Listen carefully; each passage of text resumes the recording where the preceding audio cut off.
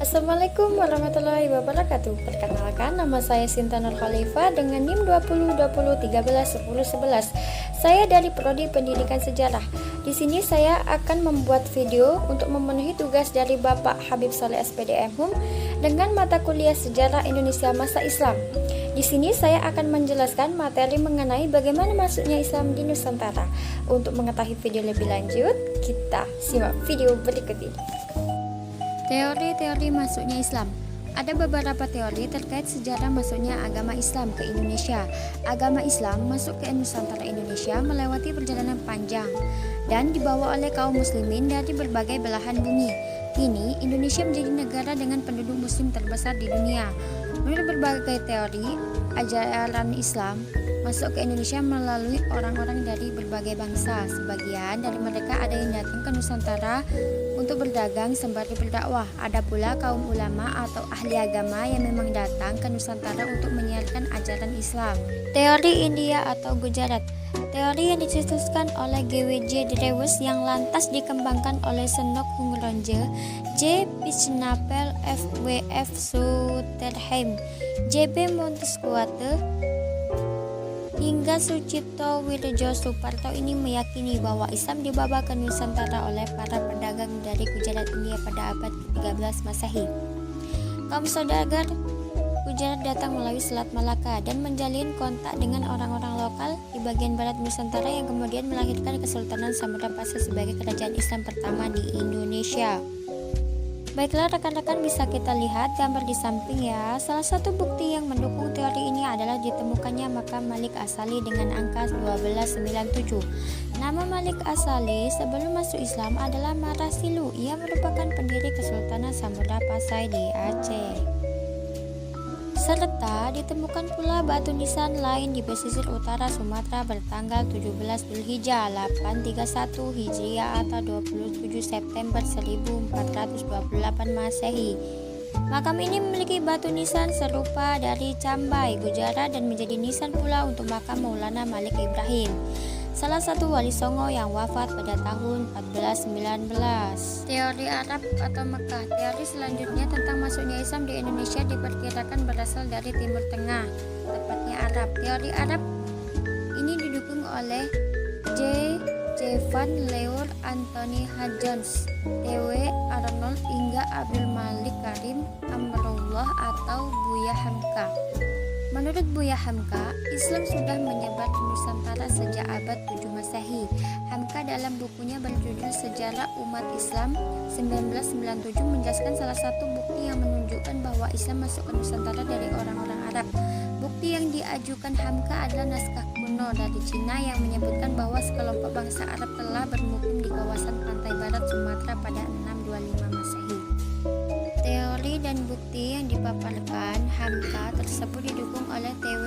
Arnold yang menyatakan bahwa kaum saudagar dari Arab cukup dominan dalam aktivitas perdagangan ke wilayah Nusantara. Sebagian dari pedagang Arab tersebut kemudian menikah dengan warga lokal dan membentuk komunitas muslimin.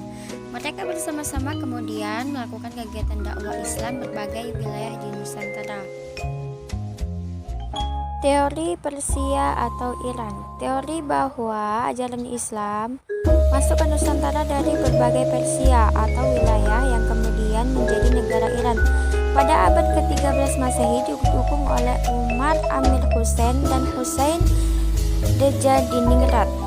Abdurrahman Misno dalam Reception Raw Selection Modification Anthropology Hukum Islam di Indonesia 2016 menuliskan, Dejadiningrat berpendapat bahwa tradisi dan kebudayaan Islam di Indonesia memiliki kesamaan dengan Persia.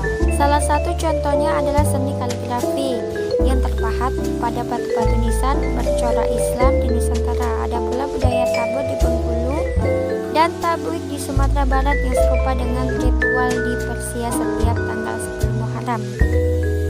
Teori Cina. Penyebaran Islam di Indonesia juga diperkirakan masuk dari Cina. Ajaran Islam berkembang di Cina pada masa dinasti Tang 618 sampai 905 Masehi.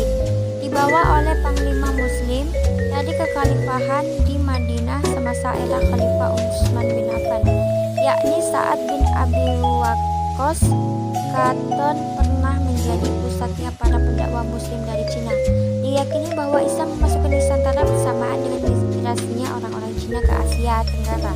Mereka dan memasuki wilayah Sumatera bagian selatan Palembang pada 879 atau abad ke-9 Masehi.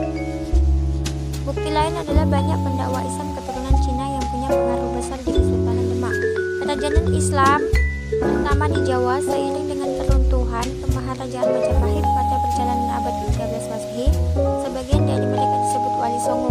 Dalam buku sejarah yang ditulis oleh Nana Supriyatna diungkapkan Kesultanan Demak didirikan oleh Raden Patah putra Raja Majapahit dari istri seorang perempuan asal Cina yang telah masuk Islam. Raden Patah yang memiliki nama Cina Jin Bun memimpin Demak bersama Wali Songo sejak 1500 Masehi. Proses Islamisasi Islam disebarkan melalui perdagangan. Pembawa agama Islam pada masa-masa permulaan adalah golongan pedagang. Jadi mereka sebenarnya menjadikan faktor ekonomi sebagai pendorong utama untuk berkunjung ke Indonesia. Momen ini diperkirakan terjadi sebelum abad ke-13 Masehi, sekitar 7 sampai 16 Masehi. Kepulauan Nusantara merupakan kawasan perdagangan internasional yang ramai dikunjungi pedagang dari berbagai bangsa, termasuk Arab, Persia, dan Gujarat. Pendapat serupa dikemukakan oleh Hasan Mu'arif Ambari yang membagi fase Islamisasi Indonesia menjadi 3, yaitu kehadiran para pedagang muslimin, fase terbentuknya kegiatan Islam, dan fase perkembangan Islam. Islamisasi melalui perkawinan. Saluran Islamisasi melalui perkawinan terjadi antara pedagang atau saudagar Islam dengan wanita pribumi. Melalui perkawinan inilah terlahir seorang muslim, alhasil komunitas Islam makin luas. Jalur perkawinan lebih menguntungkan apabila terjadi antar saudagar muslim dengan anak bangsawan atau anak raja, karena mereka kemudian mempercepat proses Islamisasi. Contohnya adalah perkawinan Raja Brawijaya dengan Putri Campa yang melahirkan Raden Fatah, raden pertama di Kerajaan Demak. Saluran pendidikan. Islamisasi juga dilakukan melalui pendidikan. Ini dapat dilepaskan dari peran para penyebar sufi dan tokoh agama. Penyebaran Islam melalui pendidikan awalnya terjadi di lingkungan keluarga, kemudian berkembang di surau, masjid, pesantren, dan akhirnya masuk di rumah para bangsawan. Di Pulau Jawa, penyebaran Islam melalui pendidikan dilakukan oleh Wali Songo. Mereka mendirikan pesantren untuk mendidik santri tentang agama Islam. Diharapkan setelah selesai menuntut ilmu, para santri dapat pulang ke kampung halaman untuk berdakwah menyebarkan Islam. Islamisasi melalui tasawuf. Tasawuf merupakan ajaran ketuhanan yang berfokus pada pembersihan diri. Para ahli tasawuf juga memiliki ilmu menyembuhkan penyakit dan pengetahuan soal magis. Menurut Chandra Sasmita, ahli tasawuf juga hidup dalam kesederhanaan, selalu berusaha menghayati kehidupan masyarakat dan hidup bersama di tengah-tengah masyarakat. Dengan tasawuf, bentuk Islam yang diajarkan ke penduduk pribumi mempunyai kesamaan dengan kepercayaan mereka yang sebelumnya menganut agama Hindu. Dengan demikian, agama baru ini mudah dimengerti dan diterima. Islamisasi melalui kesenian. Kesenian juga menjadi media dakwah Islam. Para penyebar agama Islam tidak mengubah kebudayaan yang telah ada, namun memanfaatkan kebudayaan telah sebagai sarana untuk menyebarkan agama. Sunan Kalijaga menggunakan seni ukir, wayang, gamelan, serta seni suara suluk sebagai media dakwah. Beliau juga merupakan tokoh pencipta lagu takwa perayaan Sekatenan, layang Kalimasada, dan lakon wayang Petru Jatiraja.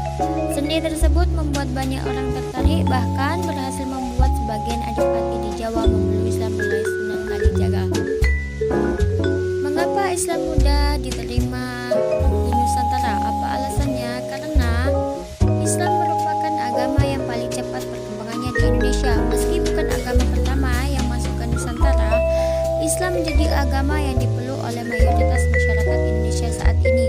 Ketika pengaruh Islam mulai masuk ke Indonesia pada sekitar abad ke-7 hingga abad ke-16, para pemeluk Hindu dan Buddha serta kerajaan-kerajaan tidak menentangnya.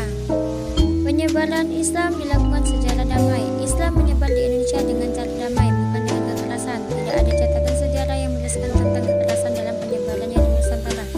Terdapat beberapa cara menjadi sarana dalam penyebaran Islam di Indonesia, seperti perdagangan, kesenian, perkawinan,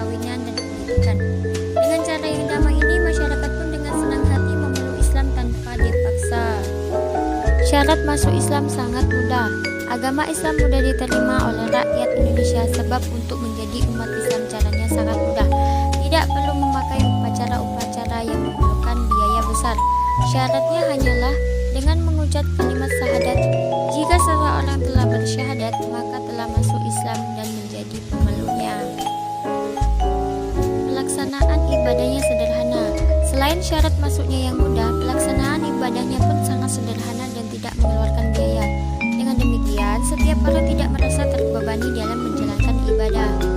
Islam agama yang demokratis. Islam adalah agama yang demokratis karena tidak mengenal sistem kasta pada penganutnya. Dengan kata lain, kedudukan setiap orang sejajar atau sama rata. Ajaran Islam tidak memaksa. Ajaran Islam tidak memaksa artinya setiap orang memiliki kebebasan untuk memilih agamanya masing-masing.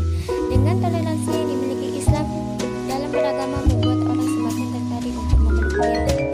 Baiklah rekan-rekan semua, terima kasih telah menonton video ini. Semoga bermanfaat bagi kalian. Jangan lupa like, komen, dan subscribe. Terima kasih. Assalamualaikum warahmatullahi wabarakatuh.